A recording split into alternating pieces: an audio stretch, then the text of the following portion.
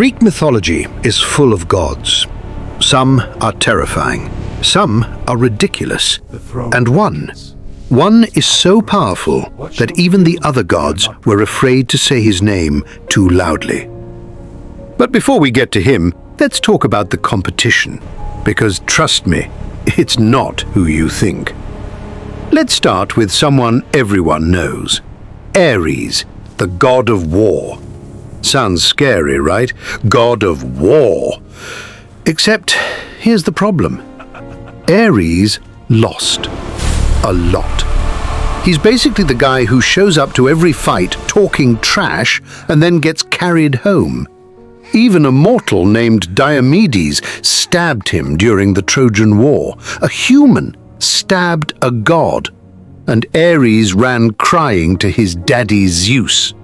The god of war, ladies and gentlemen. Okay, what about Athena? Now she was something. Goddess of wisdom and strategic warfare. She beat Ares multiple times. She helped heroes like Odysseus and Perseus accomplish impossible tasks. And she did it all without breaking a sweat. While Ares was out there getting stabbed by mortals, Athena was playing chess with the universe. But is she the most powerful? Not quite. Smart doesn't always mean strongest. Let's talk about Apollo, god of the sun, music, prophecy, healing, plague, poetry, and about 17 other things. Seriously, this guy's resume is longer than a CVS receipt. He could heal you, predict your future, and give you a killer playlist. But Apollo had a problem. He kept falling in love with people who wanted nothing to do with him. A god who controls the sun but can't control his own love life. Powerful? Yes. The most powerful? How about Hera, queen of the gods, wife of Zeus? And honestly, she might be the scariest one on this list. Not because of raw power, but because of pure, concentrated pettiness. Zeus cheated on her roughly every 15 minutes, and Hera made it her full-time job to destroy anyone he looked at.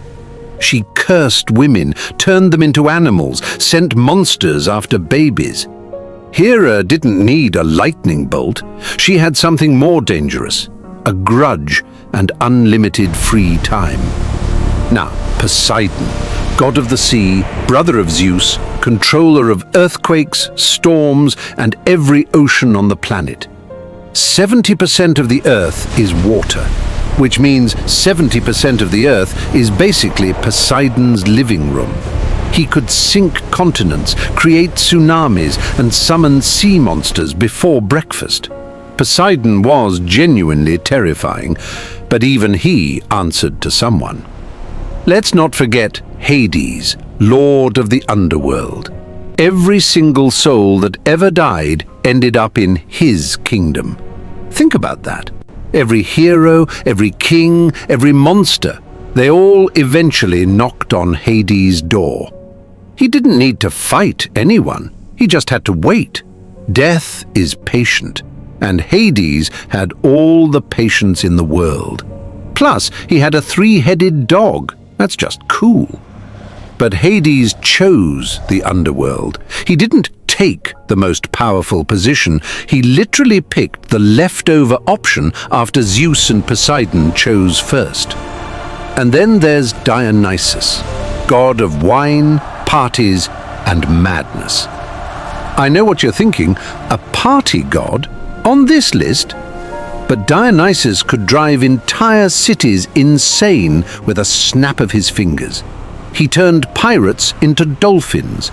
He made kings tear their own families apart without even touching them. Dionysus didn't fight with swords or lightning. He fought with your own mind. And that's a different kind of terrifying. But none of them come close to the god at the top. Zeus. I know, you're thinking, obvious choice. But hear me out, because Zeus isn't number one just because he throws lightning bolts. Zeus defeated the Titans, not just fought them, ended their entire era.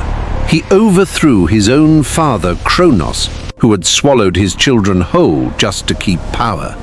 Zeus freed his brothers and sisters from inside their father's stomach. Let me say that again. He rescued gods from inside another god's stomach. That's not just power, that's a rescue mission inside a digestive system.